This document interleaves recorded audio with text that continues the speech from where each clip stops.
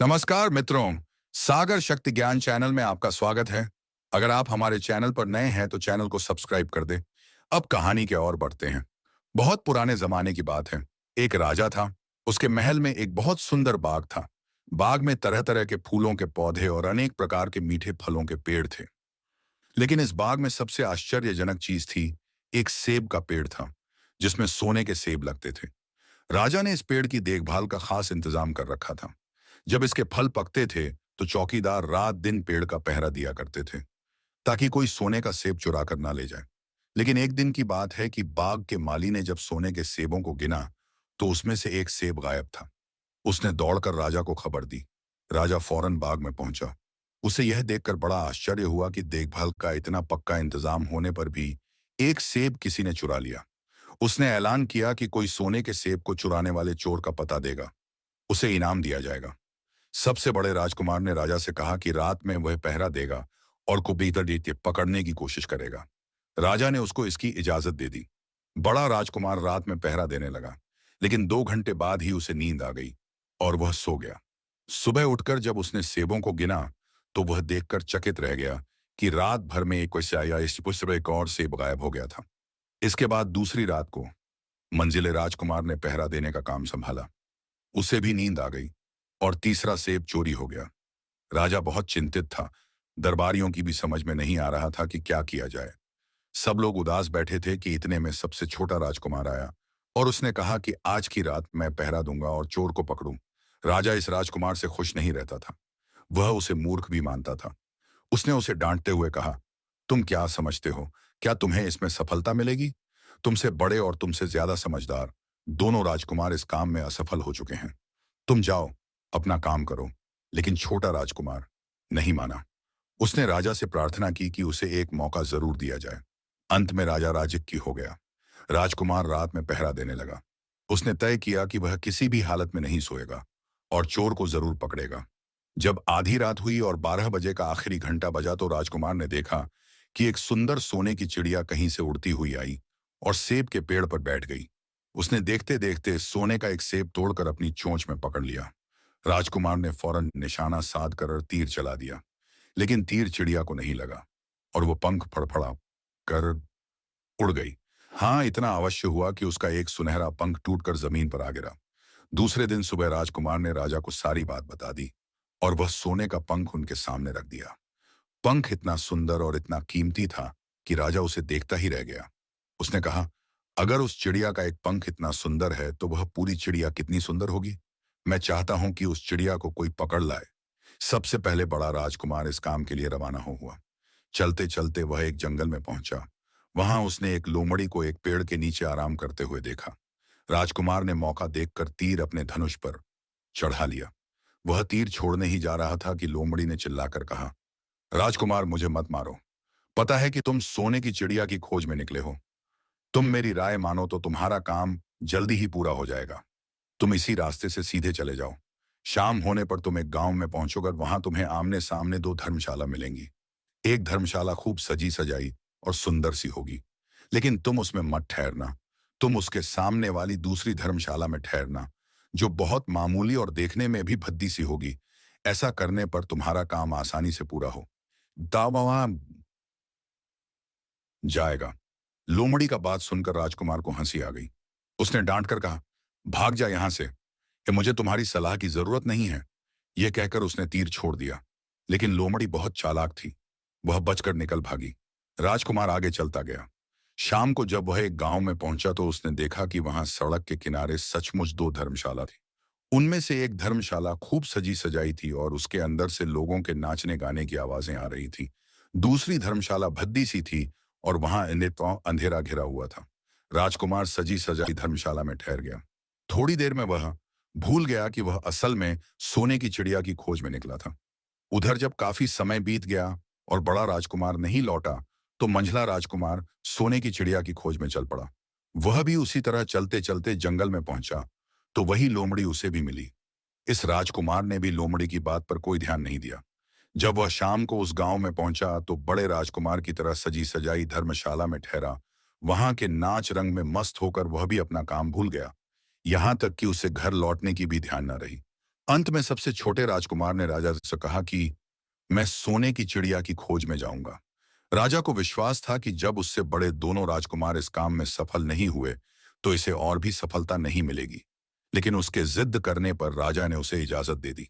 छोटा राजकुमार तैयार होकर सोने की चिड़िया की खोज में निकला। जंगल में उसे भी लोमड़ी मिली। राजकुमार ने लोमड़ी की बात को ध्यान से सुना और लोमड़ी से कहा, ठीक है, तुम जैसे कह रही हो मैं वैसा ही करूंगा। अब तुम जाओ, मैं तुम्हें नहीं मारूंगा। इस पर लोमड़ी खुश होकर बोली, तुम सबसे अच्छे लड़के मालूम होते हो। तुमने मेरी बात बात का मजाक नहीं उड़ाया और मुझ पर तीर नहीं चलाया। मैं तुमसे खुश हूं और तुम्हारी मदद करूंगी। आओ तुम मेरी पूंछ पर बैठ जाओ, मैं तुम्हें उस धर्मशाला तक पहुंचा देती हूँ।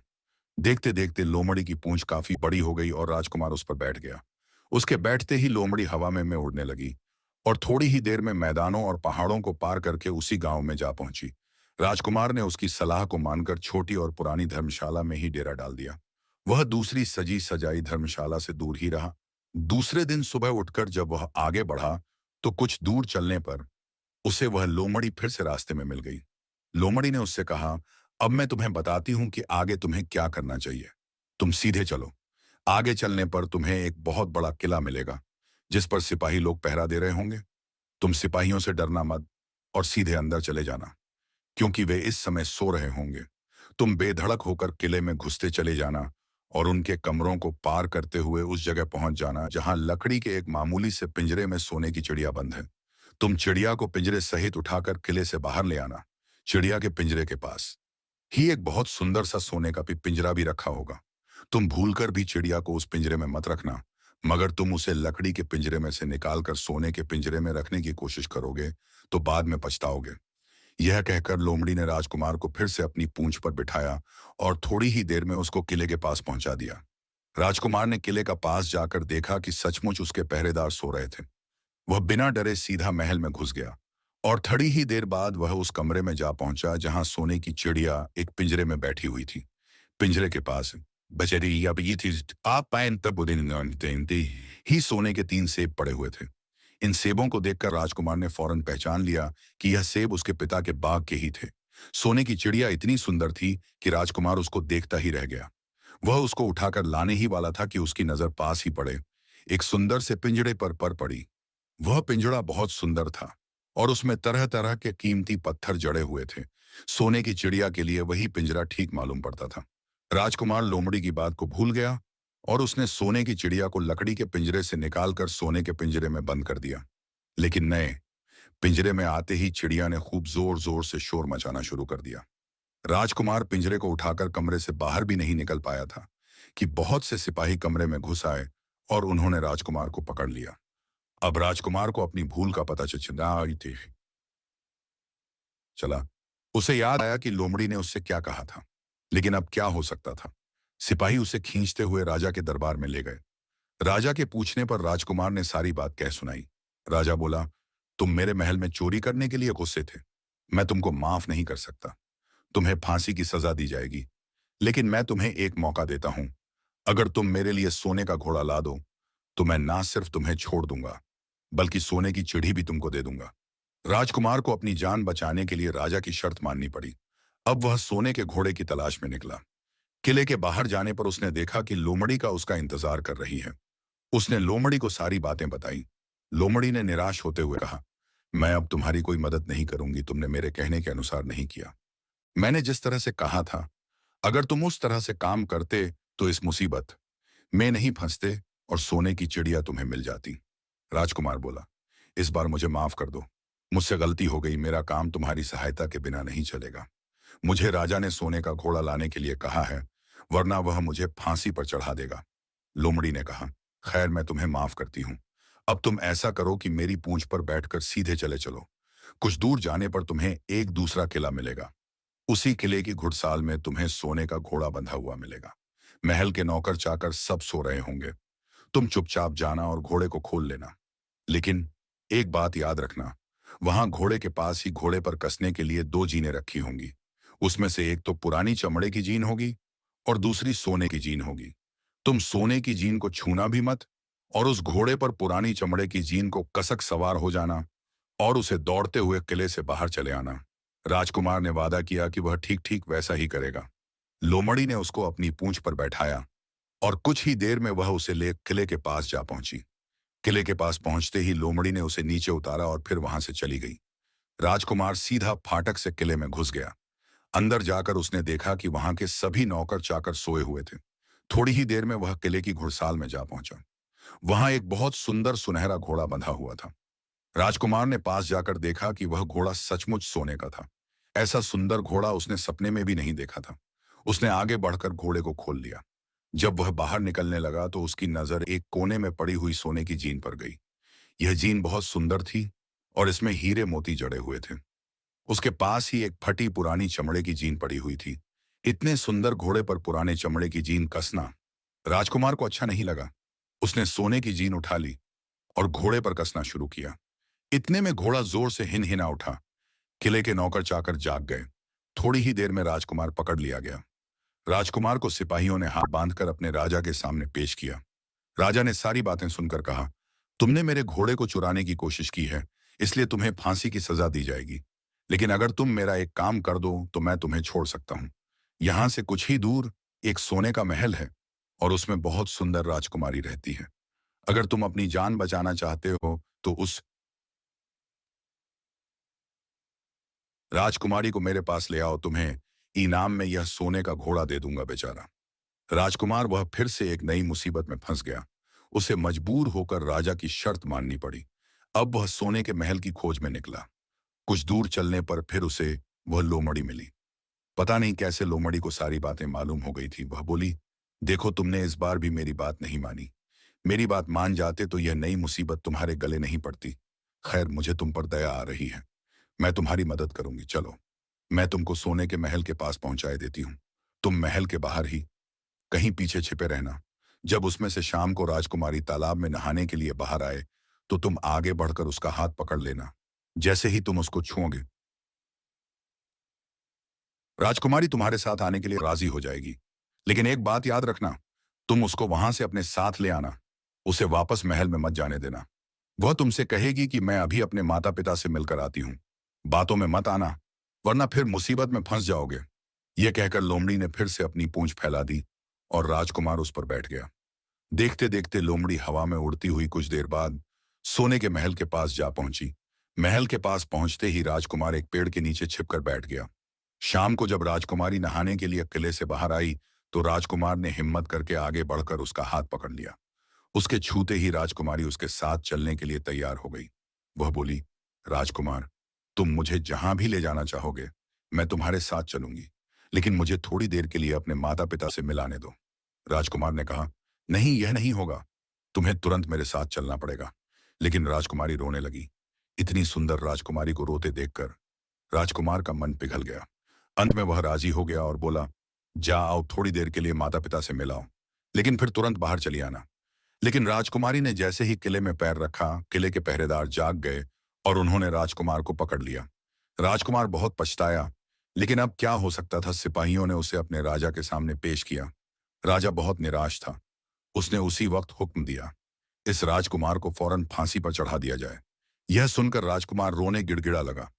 इस पर राजा ने थोड़ी देर विचार करने के बाद कहा, मैं अपनी आज्ञा वापस नहीं ले सकता, लेकिन अगर तुम मेरा एक काम कर दो तो तुम्हारी जान बच सकती है।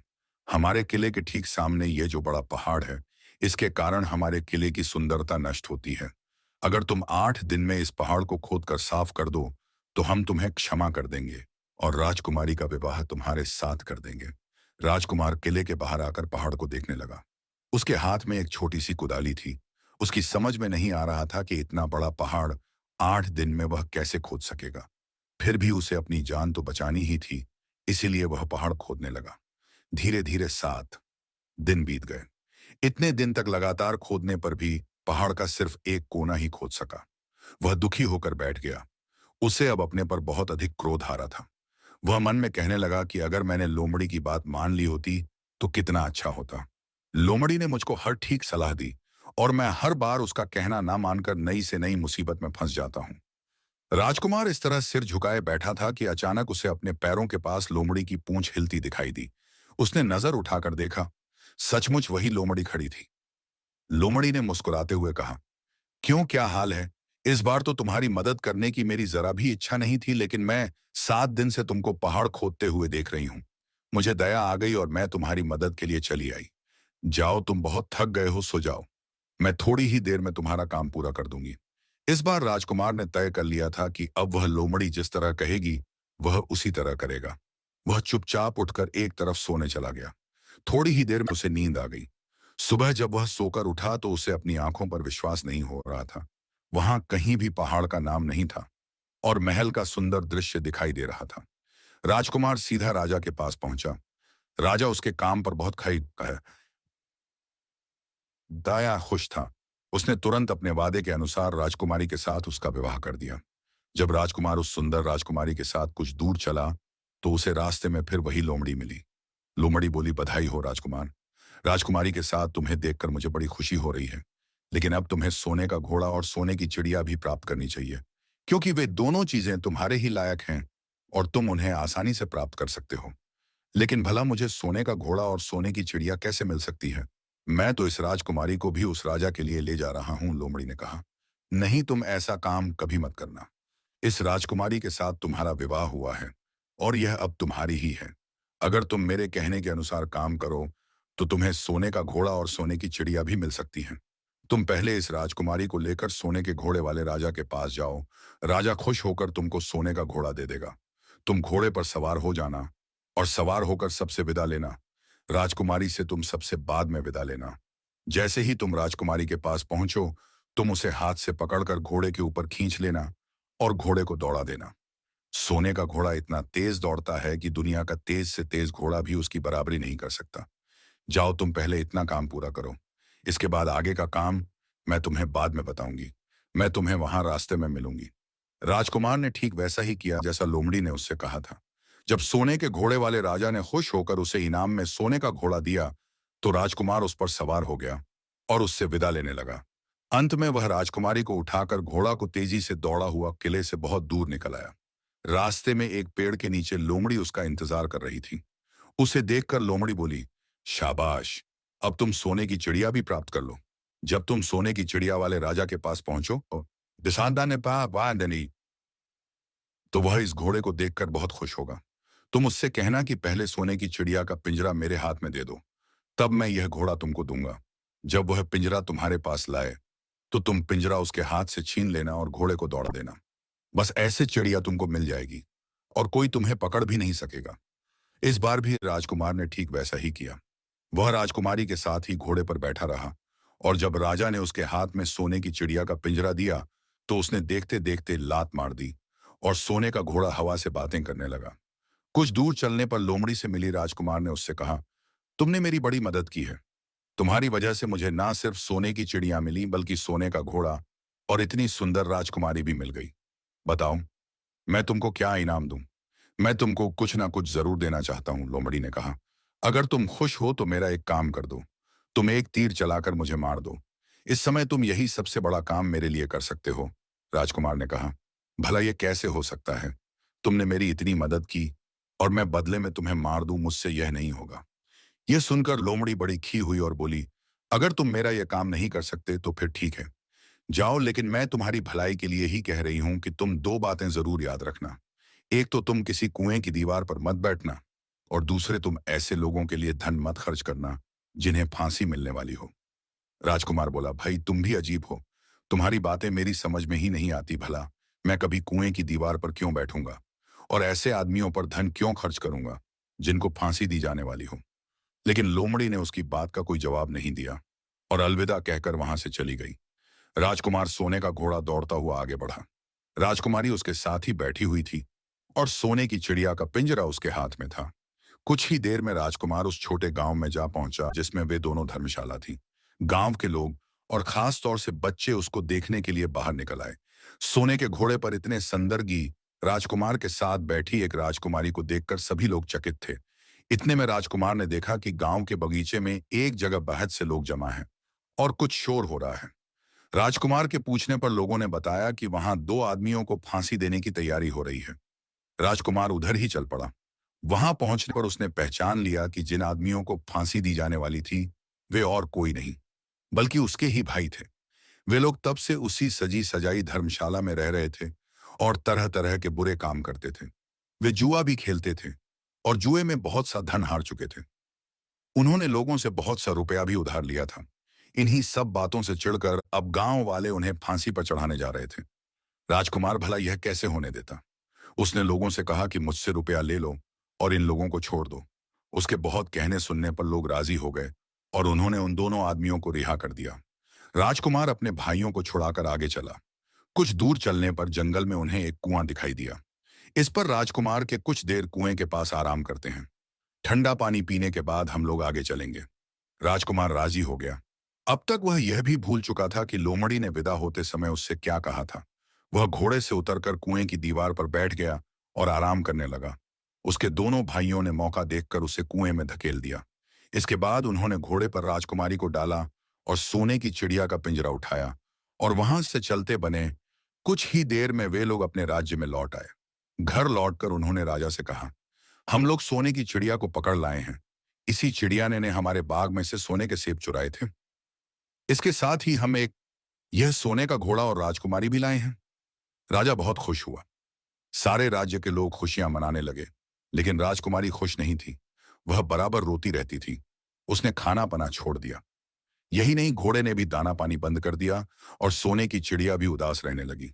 राजा ने बहुत कोशिश की, लेकिन ना तो वह राजकुमारी खुश है और ना सोने के घोड़ा। और सोने की चिड़िया ने दाना खाना शुरू किया। उधर छोटा राजकुमार कुएं में गिर गया था, लेकिन वह मरा नहीं। कुआं बहुत गहरा था, लेकिन उसमें पानी बहुत थोड़ा था। वह कुएं में बैठा बैठा अपने भाग्य को कोसता रहा। अब उसे फिर उसी लोमड़ी की याद आई और वह पछताने लगा कि अगर मैंने उसका कहना मान लिया होता तो मैं मुसीबत में ना फंसता। राजकुमार ने जैसे ही लोमड़ी को याद किया, लोमड़ी ना मालूम कैसे कुएं के मुंह पर आ पहुंची और बोली, देखो राजकुमार, मैंने पहले ही तुम्हें समझाया था कि किसी कुएं की दीवार पर मत बैठना और ऐसे आदमियों की मदद मत करना जिन्हें फांसी दी जाने वाली हो, लेकिन तुम नहीं माने। खैर चलो, अब आखिरी बार मैं फिर तुम्हारी मदद कर देती हूँ। लो, मेरी पूंछ पकड़कर कुएं से बाहर निकल जाओ। यह कहकर लोमड़ी ने अपनी पूंछ कुएं में लटका दी। देखते देखते पूंछ इतनी लंबी हो गई कि कुएं के पेंदे में पड़े राजकुमार के पास तक जा पहुंची। राजकुमार उसे पकड़कर कुएं से बाहर निकल आया। लोमड़ी ने उससे कहा, जाओ, अब तुम अपने घर जाओ, लेकिन जरा होशियार रहना, तुम्हारे भाई तुम्हारी जान के दुश्मन हैं। वे लोग जरूर तुमको ढूंढ रहे होंगे। राजकुमार घर की ओर चल पड़ा। अपने राज्य में पहुंचने पर उसे एक भिखारी मिला। भिखारी को उसने अपने सुंदर कपड़े दान में दे दिए और उनके भद्दे पुराने कपड़े पहन लिए। इस तरह भेष बदलकर वह अपने किले में पहुंचा। वहां उसके पहुंचने पर एक बड़ी आश्चर्यजनक बात है। सोने का घोड़ा खुशी से हिनहिनाना लगा और दाना खाने लगा। सोने की चिड़िया भी अपने पिंजरे में खुशी से फुदक लगी और गाना गाने लगी। राजकुमारी ने अपने आंसू पोंछ डाले और वह भी खुश दिखाई देने लगी। लेकिन राजा की समझ में कुछ नहीं आया। उसने राजकुमारी से इसका कारण पूछा तो वह बोली, मैंने तो पहले ही आपको सारी कहानी बता दी थी। आपके बड़े और मंझे राजकुमार ने छोटे राजकुमार के साथ धोखा किया है। इन्होंने आपको भी धोखा दिया है, लेकिन अब आपका छोटा राजकुमार यहाँ पर आ पहुंचा है, इसीलिए मुझे बेहद खुशी हो रही है। उसी के साथ मेरी शादी हुई है और मैं उसके साथ ही सुखी रह सकती हूँ। फिर उसने मैले कुचले कपड़े पहने एक आदमी की ओर इशारा करते हुए कहा, वह रहा आपका छोटा राजकुमार। राजा ने भी अपने छोटे लड़के को पहचान लिया। अब राजा ने अपने छोटे बेटे के बारे में अपने विचार बदल दिए। अब वह उसको बहुत समझदार और बहादुर मानने लगा और उससे बहुत अधिक प्यार करने लगा। उसने उसको राजगद्दी पर बिठाने का निश्चय किया। बड़े और मझले राजकुमार ने अपने छोटे भाई को ही धोखा नहीं दिया था, बल्कि राजा को भी धोखा दिया था। इससे राजा उनसे बहुत नाराज था। उसने उन दोनों को अपने राज्य से निकलवा दिया। इसके बाद बड़ी धूम के साथ राजकुमारी के साथ राजकुमार का विवाह हुआ और दोनों खुशी से रहने लगे। लेकिन राजकुमार उस लोमड़ी को नहीं भूला था जिसने उसकी सहायता की थी। एक दिन समय निकालकर वह जंगल में उस लोमड़ी की खोज में निकला। बहुत ढूंढने के बाद एक पेड़ के खोखले भाग में उसने उस लोमड़ी को चुपचाप बैठे हुए देखा। लोमड़ी बहुत उदास थी और पहले से बहुत ज्यादा दुबली भी हो गई थी। राजकुमार को देखते ही लोमड़ी ने उसे पहचान लिया और कहा, आह, कहो राजकुमार, आज इधर कैसे आना हुआ। राजकुमार ने कहा, मैं आज तुम्हें ही ढूंढने के लिए आया हूं। चलो, मेरे बाग में आराम से रहना। वहां तुम्हें किसी तरह की तकलीफ नहीं होगी। यहाँ तो जंगल में तुम्हें खाने पीने की तकलीफ होती होगी और जंगली जानवरों और शिकारियों का डर बना रहता होगा। लोमड़ी ने कहा, नहीं राजकुमार, मैं यहाँ ठीक हूँ और भला अब तुम्हें मेरे दोहक से क्या लेना देना। तुम्हारा काम निकल गया, अब तुम खुशी से अपने राज में रहो। कुमार बोला, नहीं, तुमने मेरा बड़ा उपकार किया है। मैं तुम्हें इनाम देना चाहता हूँ और अपने साथ ही रखना चाहता हूँ। राजकुमारी भी बहुत खुश होगी, वह भी तुमसे मिलना चाहती है। लोमड़ी बोली, अगर तुम सचमुच मुझे इनाम देना चाहते हो तो मेरा एक काम कर दो। मैंने तुमसे पहले भी कहा था कि तुम तीर चलाकर मुझे मार दो, इसी से मेरा लाभ होगा। असल में एक जादूगर ने मुझ पर जादू कर रखा है। मैं लोमड़ी नहीं हूँ, मुझे उसके जादू के प्रभाव से लोमड़ी के रूप में रहना पड़ रहा है। मैं तो उसी देश का राजकुमार हूँ जहाँ की राजकुमारी से तुम्हारा विवाह हुआ है। असल में वह राजकुमारी मेरी छोटी बहन है। अगर तुम तीर चलाकर मुझे मार दोगे तो इस जादू से मुझे मुक्ति मिल जाएगी और मैं फिर अपने देश लौट सकूंगा। राजकुमार को यह सुनकर बड़ा आश्चर्य हुआ। उसने फौरन अपने धनुष पर तीर चढ़ाया और लोमड़ी की ओर छोड़ दिया। तीर के लगते ही लोमड़ी मर गई और उसमें से एक सुंदर सा राजकुमार निकल आया। फिर दोनों राजकुमार आपस में गले मिले। इसके बाद दोनों राजकुमार वापस महल में लौट आए। वहां राजकुमारी अपने भाई से मिलकर बहुत खुश हुई। तो कैसी लगी हमारी कहानी, तुम मिलते हैं अगली किसी कहानी में और एक नई सीख के साथ। जय श्री कृष्णा, राधे राधे, वाय श्री